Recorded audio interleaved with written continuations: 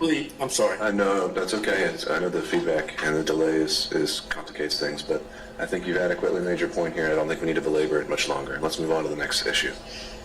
Okay, thank you, Hunter. Mr. Bradley, prior to coming into court today, did you and your lawyer meet with anyone from the district attorney's office? No. I mean, Sure. no. Not that I know, I'm aware of, no. I did not meet to anyone.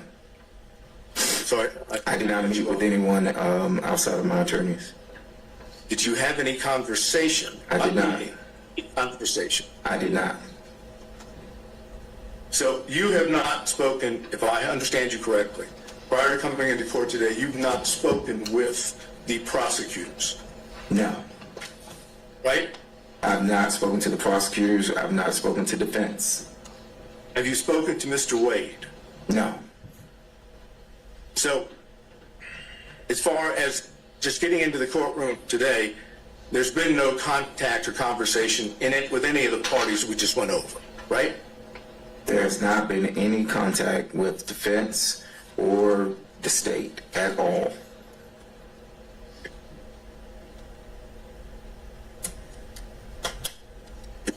I think I have basically just one or two more questions.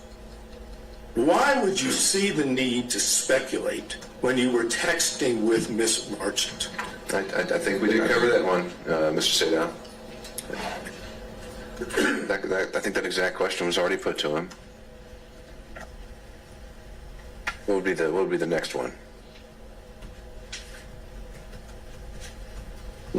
I'm trying to look. Let's go to 27. Defense Exhibit 27. Do you have that now, sir? I do, sir. All right. Would you look at it and tell me whether or not the Defense Exhibit 27 appears to be accurate? Because I want to seek to introduce it into evidence. It consists of an email to you from Ms. Marchant and a text response from you, correct? But the text response was not in response. So yes, it does consist of the email and a text response. I'm not saying that the text response applies to the entire email that was sent. All I've asked you right now is, Yes. is the email and the text, are those accurate in the interaction that makes up Defense Exhibit 27? As it applies to the stapling of the email and the stapling of a text message chain, yes, that is Defendant's Exhibit 27. This is,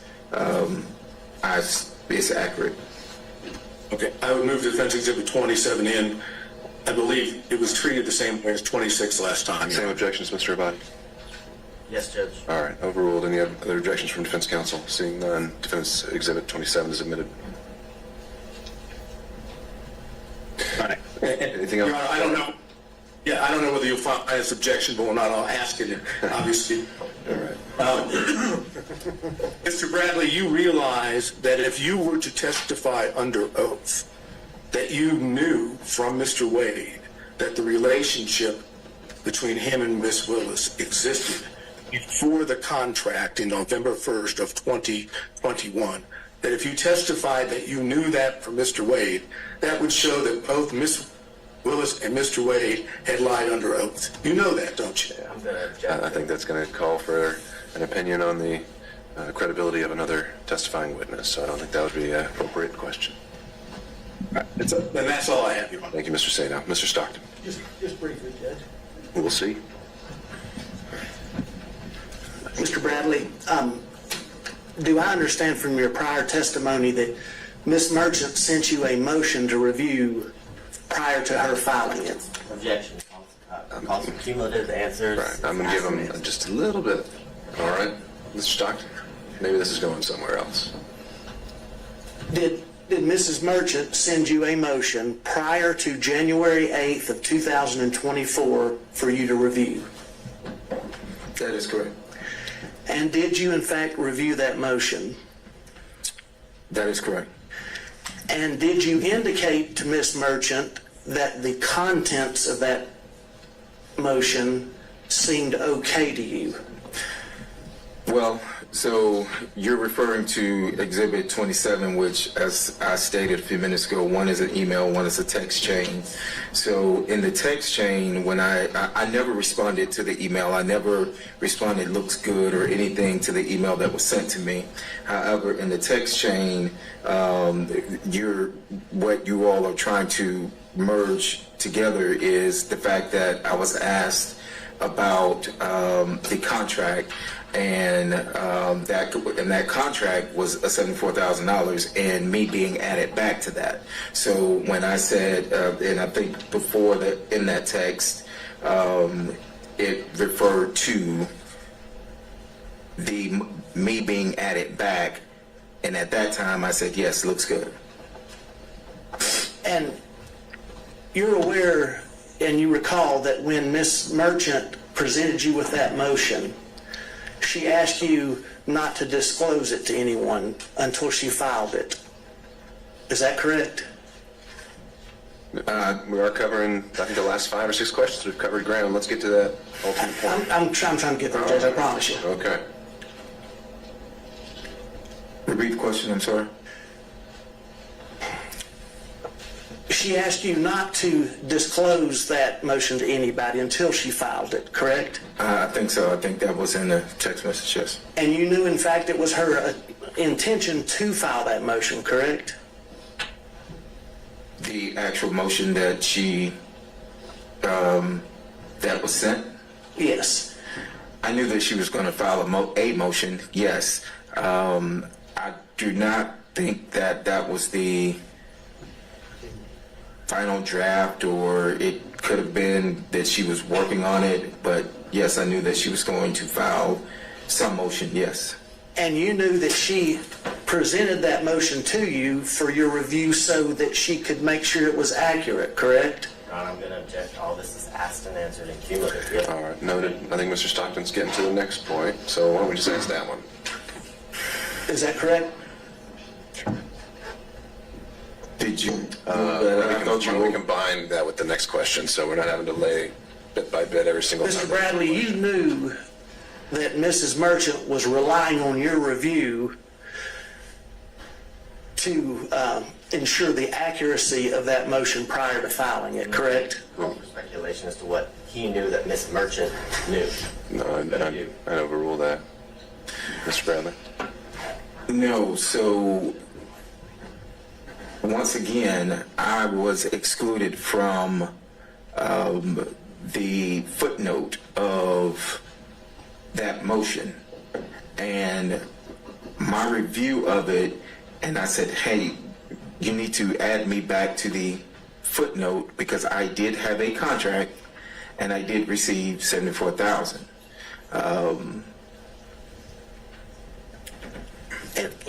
If I may help you out, let's talk just about that part of the motion that deals with the relationship between the District Attorney Willis and Mr. Wade.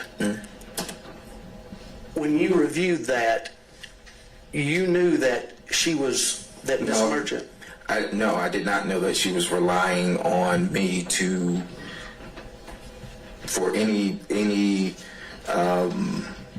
relying on me for any accuracy other than what was put in there about the $74,000.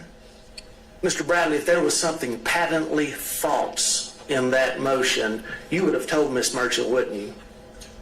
I can't say that I would or wouldn't have. I don't know what I would have told Ms. Merchant. If there was something patently speculative, you would have told Ms. Merchant, wouldn't you? I don't know what I would have told Ms. Merchant. She asked me, was it accurate?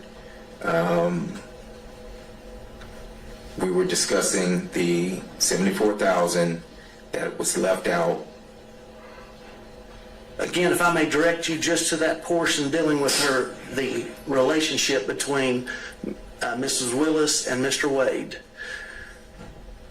You didn't tell her that there was anything patently false in that because you didn't see anything patently false in that motion as it relates to the relationship.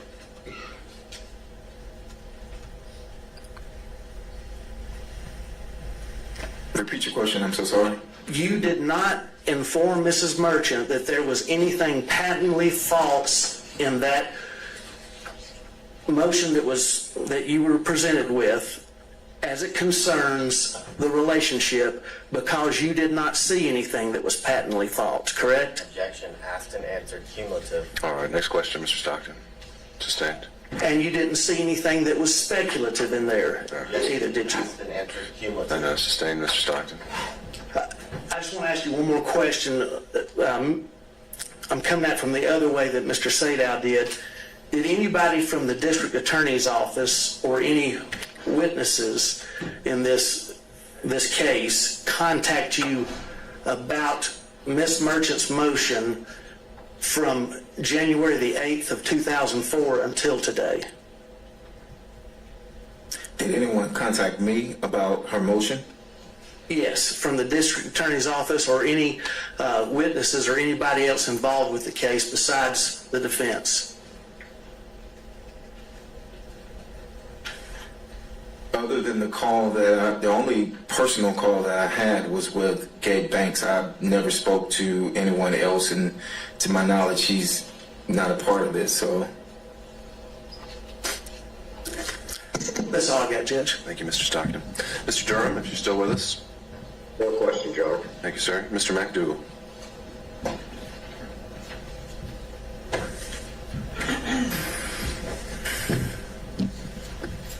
Good afternoon, Mr. Bradley. You have certain information about the relationship between Mr. Wade and Ms. Willis that is not privileged, correct? Well, that was my determination, so I think he disagrees with it. So what we're going to say his opinion's a little irrelevant on that point. Do you understand that the court has ruled that certain information that you have about the relationship between Ms. Willis and Mr. Wade is not privileged? The court's ruling, as I understood it, and as my lawyers and I understood it, of the privilege not existing was based off of a conversation that was had in my office, in the back of my office, which was confidential, with Mr. Wade and I. That's what was asked of me on yesterday, and that's what the ruling, to my knowledge, unless I'm being corrected here now and saying that it's more, it was that particular piece that the judge said did not have privilege. And have you testified already today to the sum total of your knowledge of the relationship that is outside the scope of the privilege according to the court's ruling? Can you answer that again? I'm sorry, I didn't understand it. Referring to what you understand to be the information that is not privileged, have you testified to the sum total of that information? I think I have, yes. I think I've testified to that, yes. All right, sir. That's my questions. Thank you, Mr. McDougall. Mr. Rice.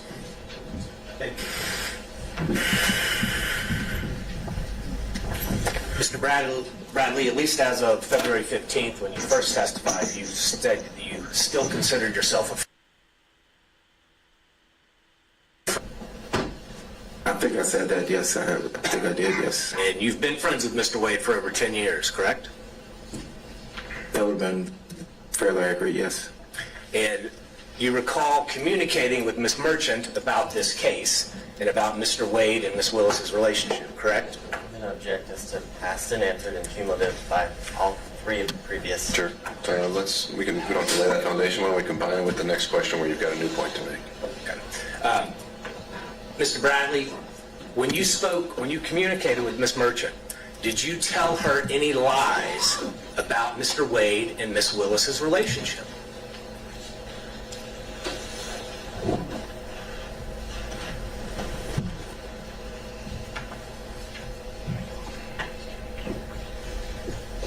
Did I lie to Miss? That's a simple question, Mr. Bradley. You're a lawyer. Did you lie to Miss Merchant when you told her facts about Mr. Wade and Miss Willis's relationship?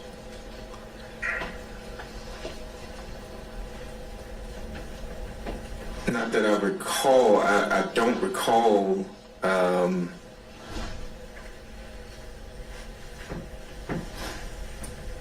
I mentioned earlier that I speculated on some things. I've testified to what I did know, so I can't recall whether or not No. Mr. Bradley, speculation is kind of a weaselly lawyer word. Let's speak truth here. You're under oath. Argumentative at this point, Your Honor. Might have relevant questions. Mr. Bradley. Find the question, Mr. Rice. Mr. Bradley, when you were communicating different details of the relationship between Miss Willis and Mr. Wade to Mrs. Merchant, did you lie to her about any of those details? Objection, asked and answered twice. I don't think he's answered it yet. I don't recall ever whether any of it was a lie or not Well, this time. So at the time you were communicating with Miss Merchant, you were still friends with Mr. Wade, correct?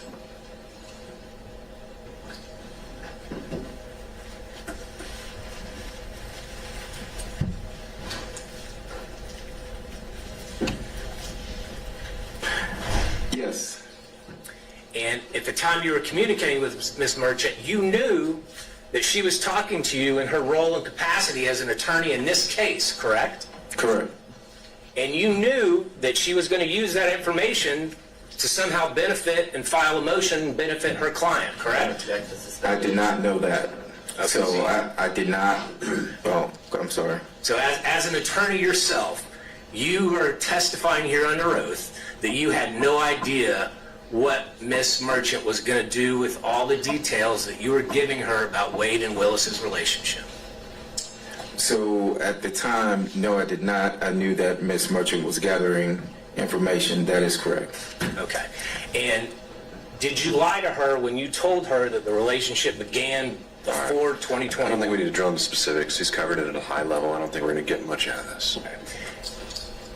Mr. Bradley, isn't it true the only thing that has really changed? Well, when you were speaking to Miss Merchant, whether by text or by telephone, you never said to her that I don't remember or that I'm speculating, correct?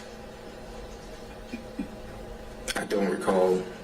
Well, you've looked through a whole lot of text messages. Do you remember ever seeing any communication from you that said, I don't remember?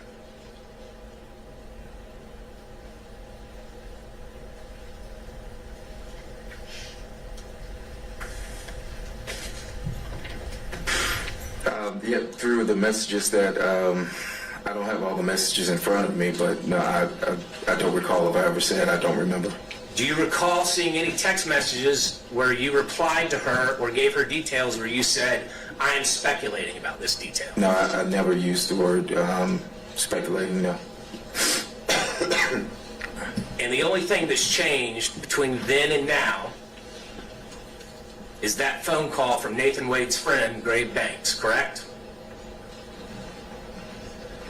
No, well, Gabe was my friend, and I actually stated that the first day that I was here was that I've known Gabe for a few years, and that we are fraternity brothers. And so I never said that that anything changed behind Gabe Banks. So you never told Miss Merchant that you were worried that they were threatening you? Objection, asked and answered like he was asked this on February 16th and today. Mr. Rice, we've covered this. And just to be clear, you didn't attend college with Mr. Banks, did you? I did not attend college with Mr. Banks. When you referred to him as your fraternity brother, y'all just both happened to have pledged the same fraternity, different colleges, different chapters. Well, that's what we consider fraternity brothers, yes, sir. And as a normal course of your relationships with your friends, do you pass on lies about your friends?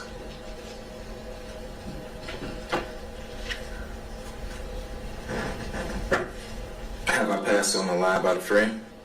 Is that what you're asking? Is that something you normally do, Mr. Bradley? Do you tell lies about your friends? Have I told lies about friends? I could have, I don't know. Do you tell lies about your friends about a case of national importance? Objection as to All right, overruled. I could have, I don't know. Mr. Bradley, I notice you're not looking at me. I'm looking at you on the screen only because I was accused of, and I did the same thing to Mr. Sadow when he was on the What's the next screen. question, Mr. Rice? No further questions, Judge. I think it's clear. Thank you, sir. Mr. Gillen.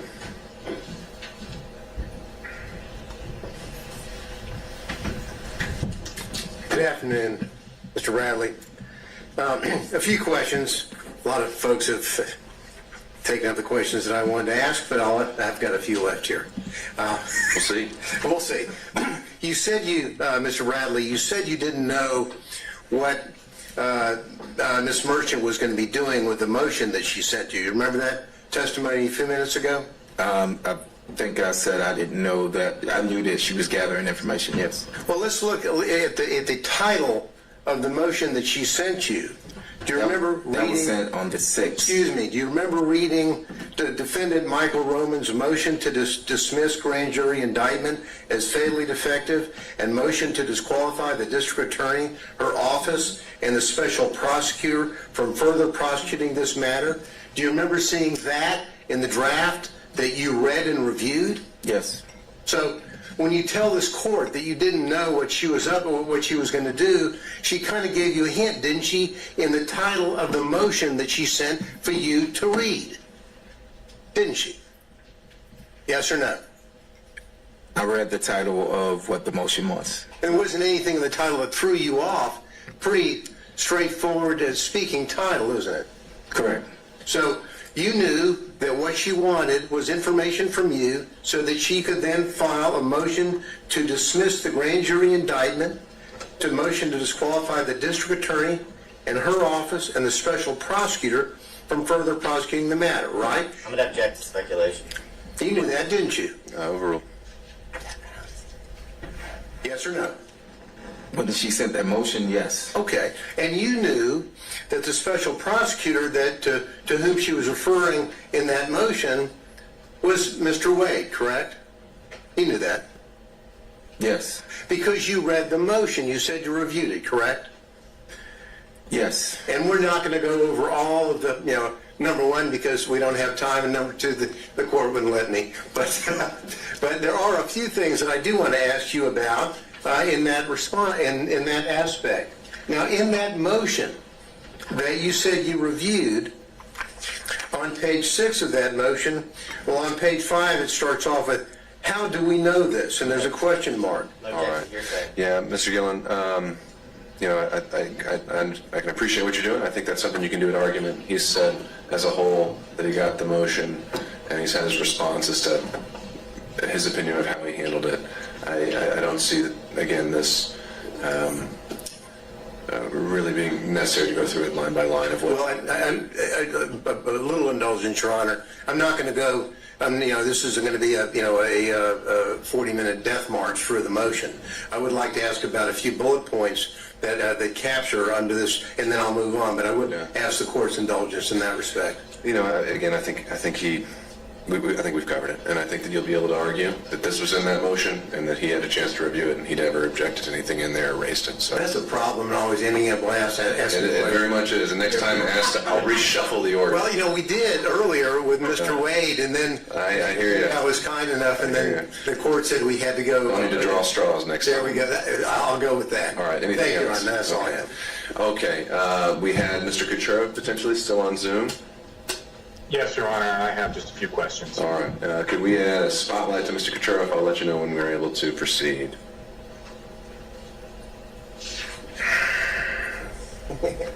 Judge, before he starts, can I take a 5-minute restroom? It's been Absolutely. 2 hours. Yeah, we've been going 2 hours, so let's come back at 4 o'clock.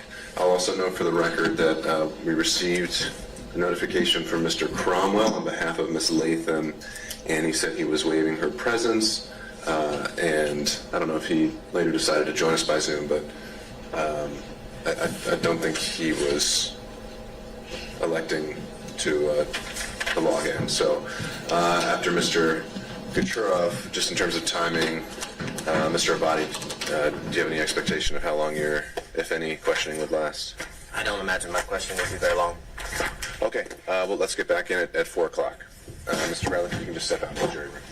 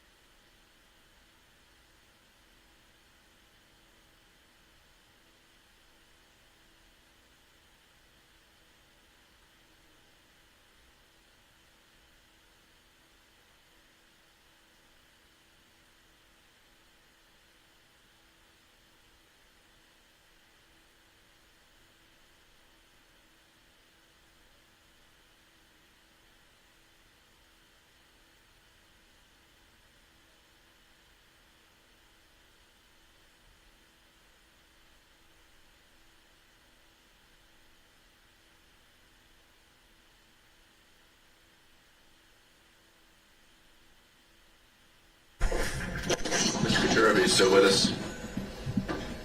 I am, Your Honor. All right, then let's go back on the record. We have Mr. Bradley here, and everyone else is here as well. You may proceed. Mr. Bradley, did you use any documents to prepare for your testimony today? No, I did not.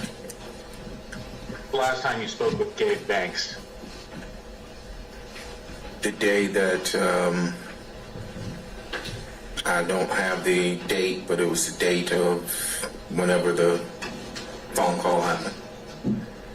When you know his wife, Kyra Banks, works for the DA's office, right? Yes, correct. When was the last time you spoke to Mr. Wade? I haven't spoken to Mr. Wade personally in a year, 2 years actually, when I left the firm. Miss Willis? I never, my interaction with Miss Willis was never where I would pick up the phone and talk to her, or that she would, or anything like that. So you didn't hang out with Miss Willis? You didn't have a personal relationship with her?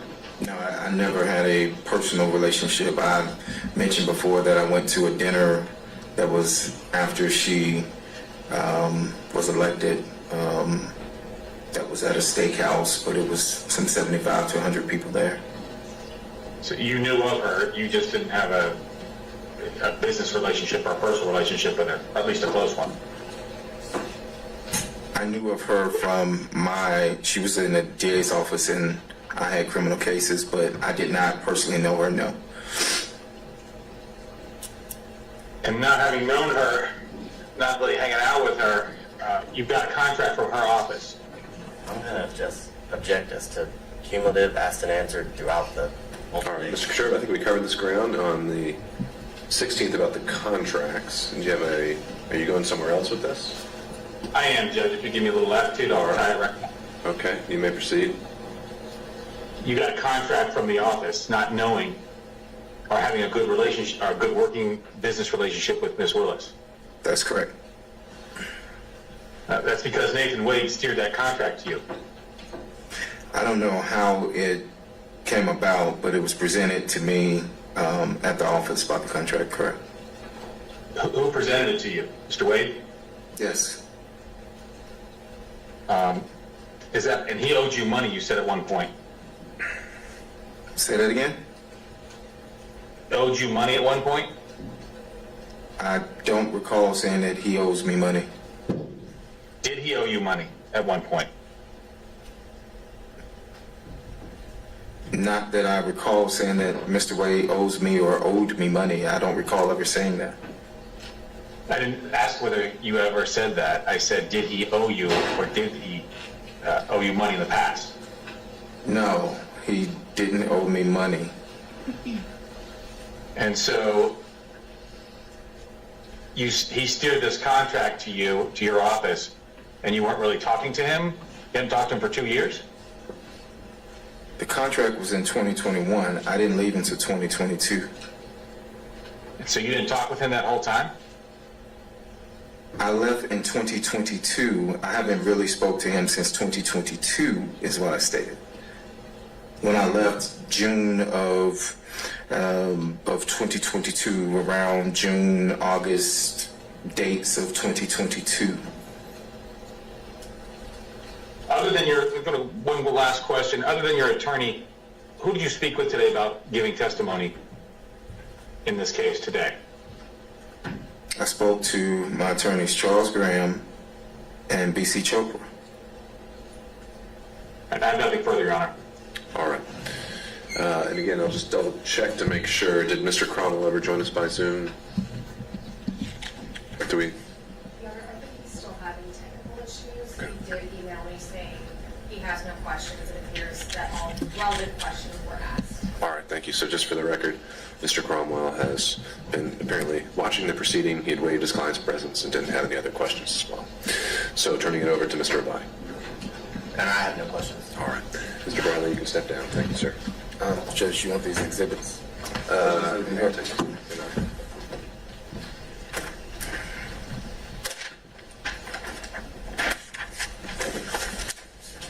Member excuses. I have a follow-up based on some questions. It's just about the text. And what, just by way of proffer, what about the text? Just to admit, so when other people asked about the text, some of them weren't in the record today, so I organized them. They're the ones that have been talked about today, so I just organized them. I just wanted, for point of reference, to have them. Okay. And do we need Mr. Bradley for that? I don't believe so, but Have you marked them? yes. Have you showed them to the state? I gave a copy to the state, but so these Mr. are... Bradley, just hang out just for 1 second, just to make sure. Well, I give you all of them, so... Admitting all of them?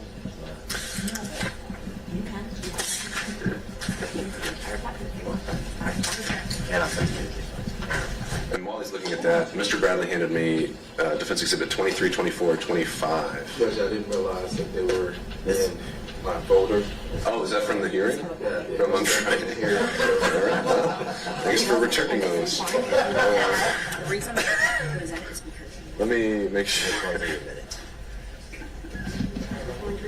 Because of your objections, front part and the back part have objections. Okay, so I've got 23, 24, 25.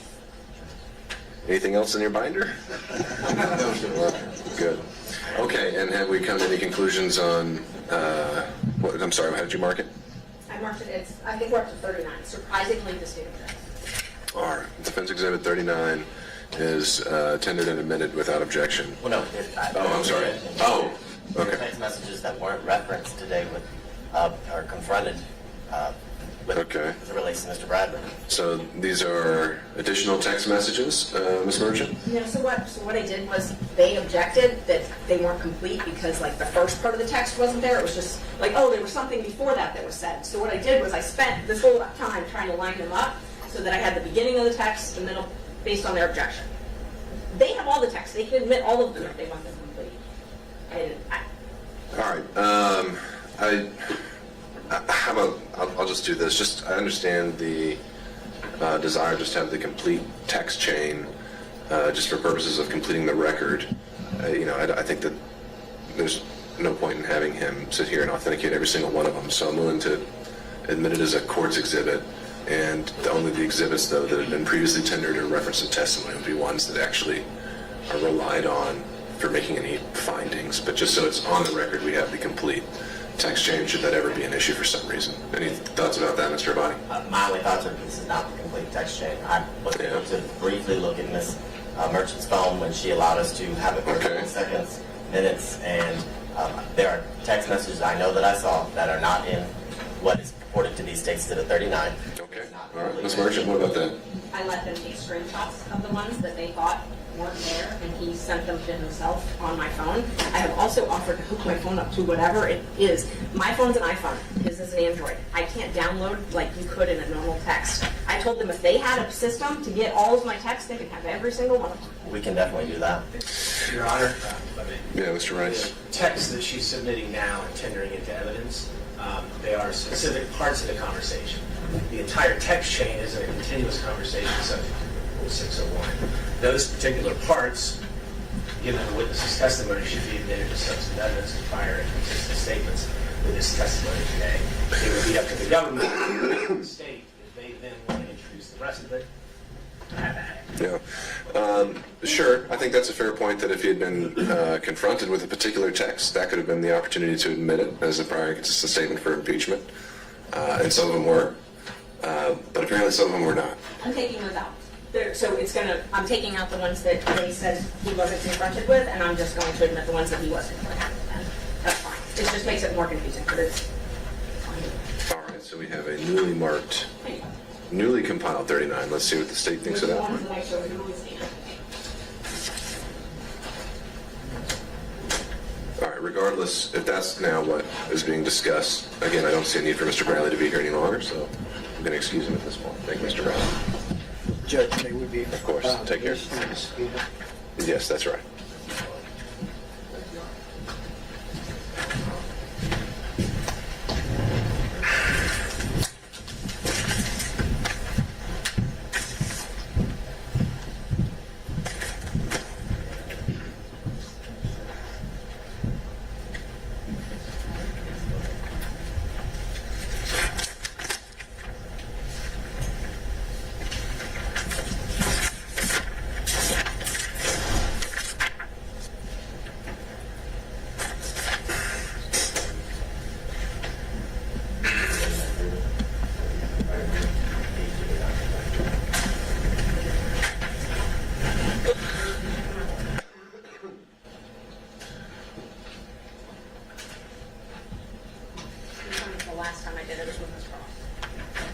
didn't confront him with them.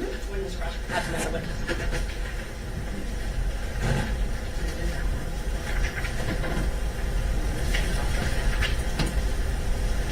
Okay, So where are we with Defense Exhibit 39?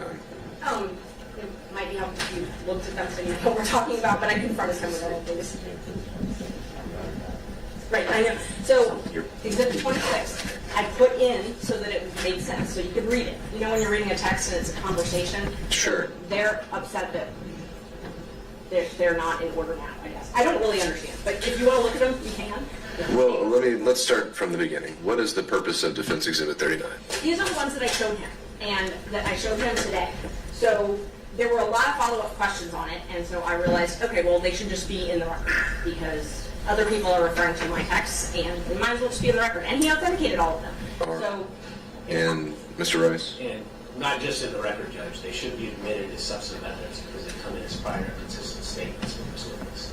Okay. All right. So to that end, Mr. Abadi, is there a particular text message in there you think was not authenticated? I understand you're saying, well, maybe one of them's already been admitted, so, but otherwise, just having a omnibus, here are all the relevant text messages exhibit. Is there an authentication objection? Is there any other kind of objection like that? Yes, because he didn't authenticate that all of the text messages were from him and between Ms. Merchant or the context of them. So I think that's the problem. When you don't, for example, if the state was to provide, I guess, just a specific text chain from a cell phone extraction, there would be an objection because the state would be making the determination as to what is relevant. Really, all the information should be turned over, and it's for the parties to object and Your Honor to determine which parts of the conversation are relevant or not. I don't have all of the conversation. The conversation starts in September, and then, so there's a few text messages from September, and then we jump to January. Ms. Merchant has determined that that jump in between is not relevant. That's not appropriate. It's for Your Honor to determine what's relevant and not, and I can't make an objection as to what I don't know. I can tell you what I've read.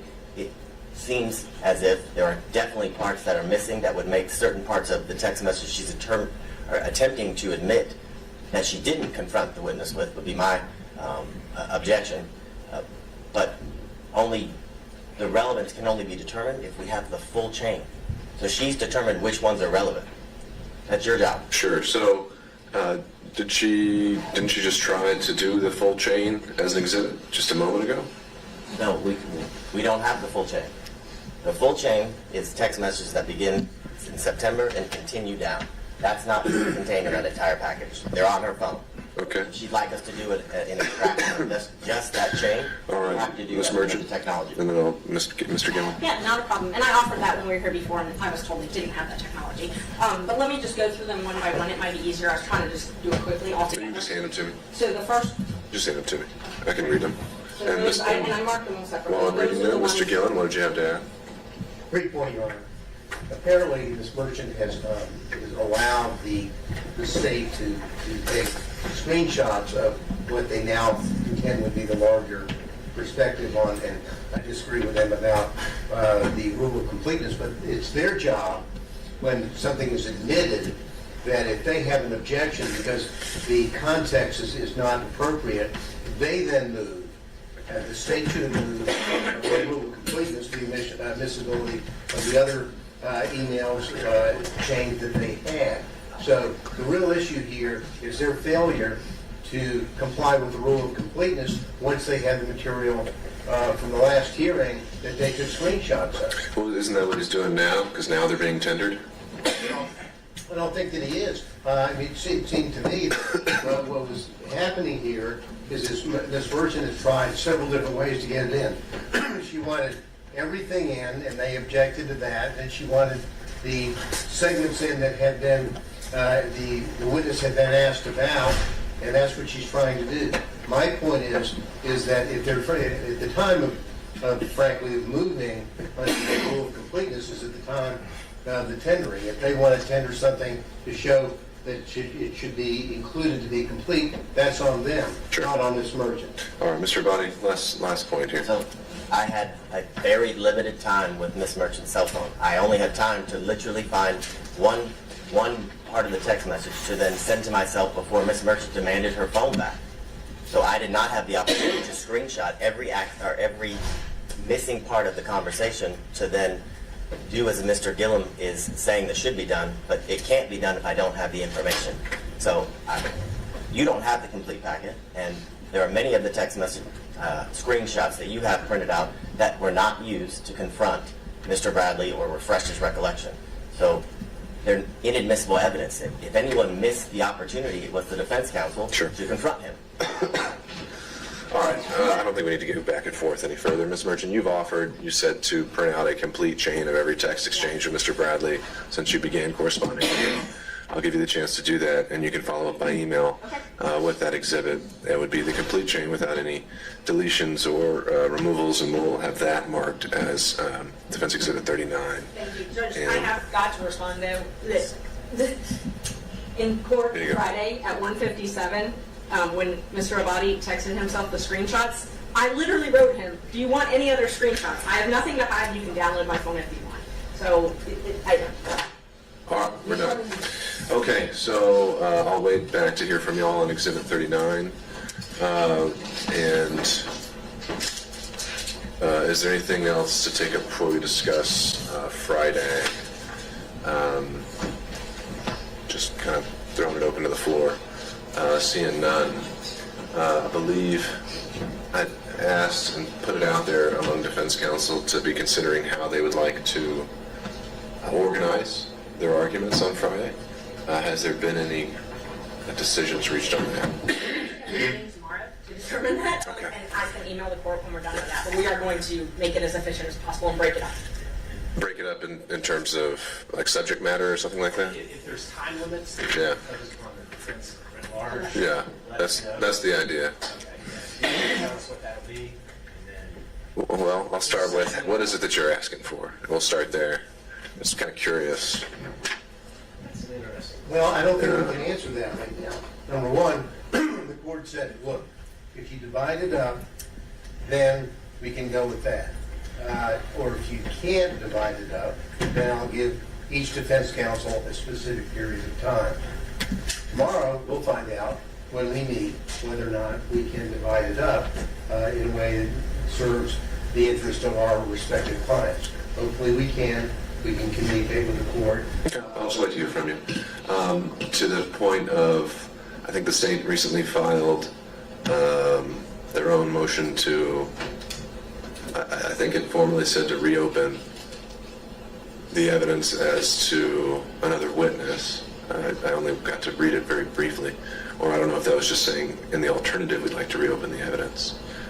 I don't know, maybe someone can clarify that. But my thought there and what I think we ought to do Friday and what I would like to do on the issue of the cell phone analysis and this other affidavit filed by the state today is that both parties, any party rather, can make whatever arguments they want based on a proffer. Any counter arguments they want to make based on a proffer. They would not be admitted into evidence at this point. And at this point, I need to start hearing the arguments that are in the law and what we've heard so far. And if I think I'm able to reach a ruling based on that, I will. However, if I think that the proffer is going to make a material determinative point, we can reopen the evidence at that point. But just the bottom line is on Friday, the intention is that we're still sticking with argument. But the parties are free to address some of these issues that have been brought up post-hearing if they'd like to. Do you have any? Your Honor, excuse me. Uh-oh. Sorry. Let me start with Mr. Sagan. I'm alive and well with a quick question. All right. That suggests that we do not have to have a witness present on Friday for the cell phone record. That's right. Friday would just be argument, and counsel can proffer why they think it's significant. And if once I've heard the law and the argument of counsel, I decide that that is going to have some material bearing on the outcome, then we can reopen the evidence and have it properly admitted and authenticated and subject to cross-examination. Thank you. Okay. Ms. Merchant. I just wanted to know if the court wanted us to focus our arguments on anything in particular. If you had any questions you wanted us to try and answer. Well, actually, I think what I'm more likely to do is more along the lines of what I suggested before, is give y'all a time block, and you use the time however you think is more effective, what you think is your strongest argument. I don't, a lot has been covered, And there's a lot in the motions that weren't covered during the evidentiary hearing that I would plan to rule on at the same time as well. So I leave that to you. All right, thank you. Mr. Gillum? I know we have other motions to hear on Friday. Oh, we do? Now, I thought we did. I just said disqualification as a whole. So if you have arguments about forensic misconduct, about anything like that, that would be the time for that argument as well. I consider that part of the disqualification. Sure. I thought we had scheduled hearings on the murder arguments. No. I mean, I talked about that, and then things evolved. So we didn't actually send out a notice adding any other motions, but we do need to. We have some trials starting next week. The next 2 weeks, we've got some of our homicide trials already scheduled. So I'm going to be following up with you all to schedule the rest of the pretrial motions that we have. So the only arguments that we have on Friday would be 1 o'clock on the issue of disqualification. That's right. All things disqualification. Anything from the state or any other defense counsel? I think from the state. All right. Thank you all. All right, we're off the record.